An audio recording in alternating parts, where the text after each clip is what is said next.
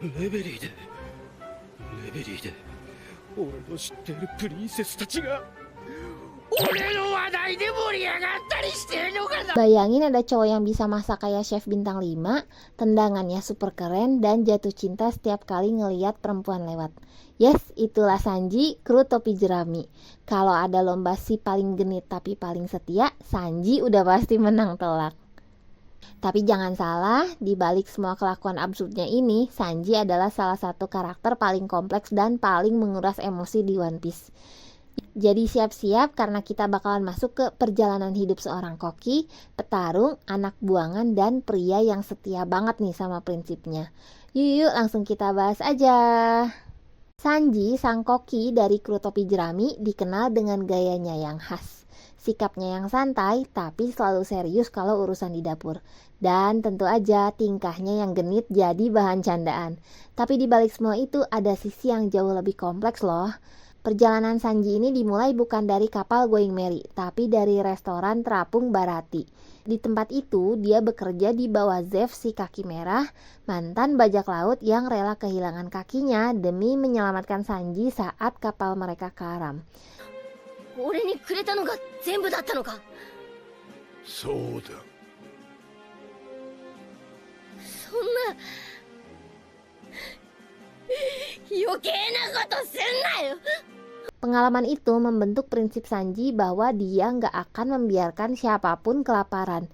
Bagi Sanji, memasak bukan cuma soal rasa, tapi juga soal martabat, hidup, dan rasa kemanusiaan. Itulah alasan dia jadi koki, dan itu juga yang bikin dia beda nih dari karakter yang lainnya. Nama Sanji sendiri ternyata menyimpan cerita yang lebih besar. Identitas aslinya adalah Vinsmoke Sanji, anak dari keluarga bangsawan militer yang dikenal sebagai Germa 66. Tapi bukan dari keluarga yang penuh cinta sih. Keluarga ini melihat anak-anaknya sebagai proyek genetik dan prajurit yang tanpa emosi. Sanji sendiri dianggap gagal karena dia terlalu manusiawi. Dia dikucilkan, disiksa, dan bahkan dikurung hanya karena dia menunjukkan empati. Tapi Sanji nggak pernah kehilangan rasa pedulinya. Dia tumbuh jadi pribadi yang penuh nilai dan justru karena itu dia menolak menjadi seperti kakak-kakaknya. Kalau kita udah lihat masa lalunya, kita bisa tahu nih kenapa dia begitu keras kepala, sensitif, dan kadang-kadang nggak mau nunjukin kelemahan. Tapi juga dari masa lalunya kita bisa tahu nih kenapa Sanji bisa jadi sekuat sekarang ini. Arc Whole Cake Island jadi titik balik penting buat Sanji. Dia dipaksa ninggalin kru, dijodohin, dan dijadikan alat politik oleh keluarganya yang dulu mengabaikan dia. Tapi yang bikin makin berat, Sanji nggak bisa melawan. Bukan karena lemah, tapi karena kalau Sanji ngelawan, orang-orang yang dia sayangi bisa kena imbasnya. Sanji lebih milih tersakiti daripada orang-orang yang ia kenal menderita. Dia pura-pura kuat, padahal hatinya hancur lebur. Dari sinilah kita bisa lihat betapa dalam rasa peduli Sanji. Dia takut, tapi bukan takut kalah, melainkan takut kehilangan mereka yang sudah dianggap sebagai keluarga. Dan justru karena ketakutan itu, Sanji jadi karakter yang kuat karena dia nggak pernah berhenti buat peduli.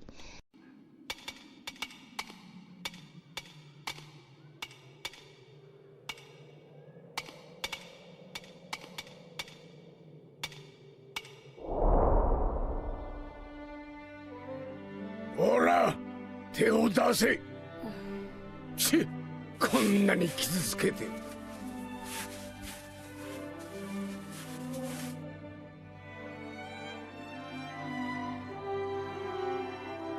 シビナス。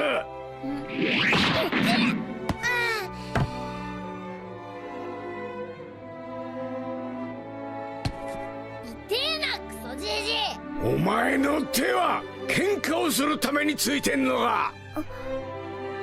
Puncak emosionalnya waktu Luffy datang buat nyusulin Sanji dan bilang dia nggak bakal makan apapun selain masakan Sanji. Sebenarnya kalimatnya sederhana banget sih, tapi maknanya tuh dalam banget buat Sanji. Karena buat Sanji memasak itu bukan cuma tugas, tapi identitas dan harga dirinya. Luffy nggak cuma minta Sanji buat kembali, tapi di balik itu Luffy mengakui siapa Sanji sebenarnya. Keputusan Sanji buat balik ke kru topi jerami bukan karena dia merasa udah cukup kuat, tapi karena dia sadar kalau dia nggak sendiri dan dia punya tempat untuk pulang. Di Arc Wano, Sanji dapat red suit dari keluarganya. Saat dipakai, dia jadi lebih cepat, bisa menghilang, dan lebih tahan pukulan. Tapi justru disitulah muncul dilema baru. Sanji takut kehilangan sisi manusianya. Tubuhnya mulai berubah, dia memang jadi lebih kuat tapi juga lebih dingin. Bahkan Sanji sempat khawatir apa dia masih bisa mengontrol emosinya atau jangan-jangan dia akan jadi seperti saudara-saudaranya. Karena itulah Sanji akhirnya memutuskan untuk menghancurkan Red Hood-nya sendiri. Dia memilih buat jadi tetap dirinya sendiri walaupun artinya dia harus bertarung dengan batasan. Bagi Sanji sih jadi kuat itu penting tapi bukan dengan harga jadi mesin.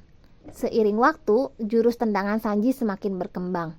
Ada teknik yang mewakili semangat, tekad, dan amarah yang dibakar untuk melindungi. Ada juga teknik yang bisa bikin dia menghindari serangan dan membaca gerakan lawan dengan lebih tajam dan presisi.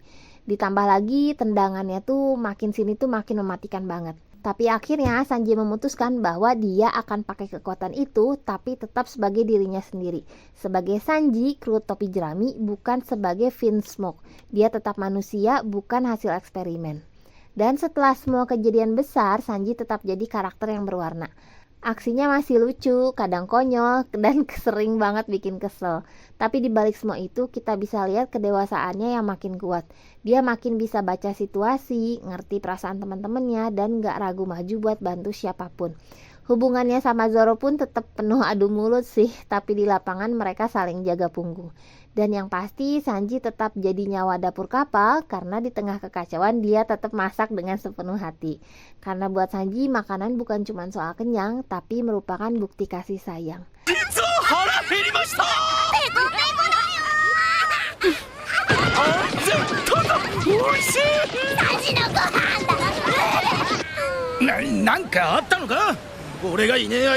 Sanji udah ngalamin banyak hal seperti ditolak, dipukuli, dijatuhkan, tapi dia nggak pernah kehilangan sisi terbaiknya, yaitu empati. Dia bukan tipe orang yang pamer kekuatan, tapi dia selalu jadi yang pertama nolong saat orang lain jatuh.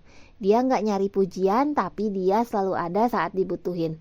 Warisan Sanji bukan cuma jurus tendangan atau teknik masak, tapi cara dia melihat dunia, cara dia ngejagain orang lain, dan cara dia terus bertahan meski hidup gak adil buat dia. Dia ngajarin kita bahwa jadi kuat itu penting, tapi jadi manusia yang tetap punya empati itu lebih penting. Sanji bukan cuma koki yang bisa bertarung, dia adalah potret orang yang terluka tapi tetap mau menyembuhkan. Yang jatuh tapi tetap berdiri, yang ditolak tapi tetap memberi. Dari dapur Barati sampai medan tempur, dia terus berkembang, bukan jadi orang yang sempurna, tapi jadi versi terbaik dari dirinya sendiri. Dan mungkin itulah kekuatan Sanji yang paling besar, dia nggak pernah berhenti buat peduli.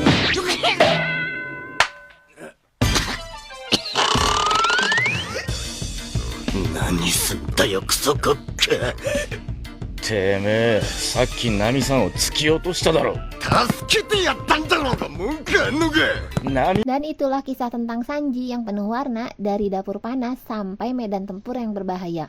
Tapi sebelum video ini benar-benar selesai, coba deh kita inget-inget. Dari semua bagian hidup Sanji yang tadi diceritain, bagian mana nih yang paling membekas buat teman-teman semua? Apakah waktu dia melawan keluarganya? Saat dia rela menahan beban demi semua kru topi jerami, atau justru saat dia tetap setia memasak, karena itu adalah caranya untuk menjaga orang-orang yang dia sayangi. Ya, teman-teman pasti punya jawabannya sendiri ya. Kalau buat Minkuo sendiri sih, Sanji memang bukan pahlawan yang sempurna. Dia rapuh, keras kepala, dan emosional, tapi justru itu yang bikin dia kuat. Dia juga bisa bangkit meskipun pelan, dan dia bisa jadi versi terbaik dari dirinya sendiri tanpa harus jadi seperti orang lain. Jangan lupa buat like, subscribe, dan nyalakan lonceng notifikasi biar teman-teman nggak ketinggalan video terbaru dari Minkuo. Teman-teman juga bisa request di kolom komentar karakter siapa yang bakalan kita bahas di video selanjutnya. Makasih yang udah nonton ya, sampai jumpa di video minggu depan. Dadah!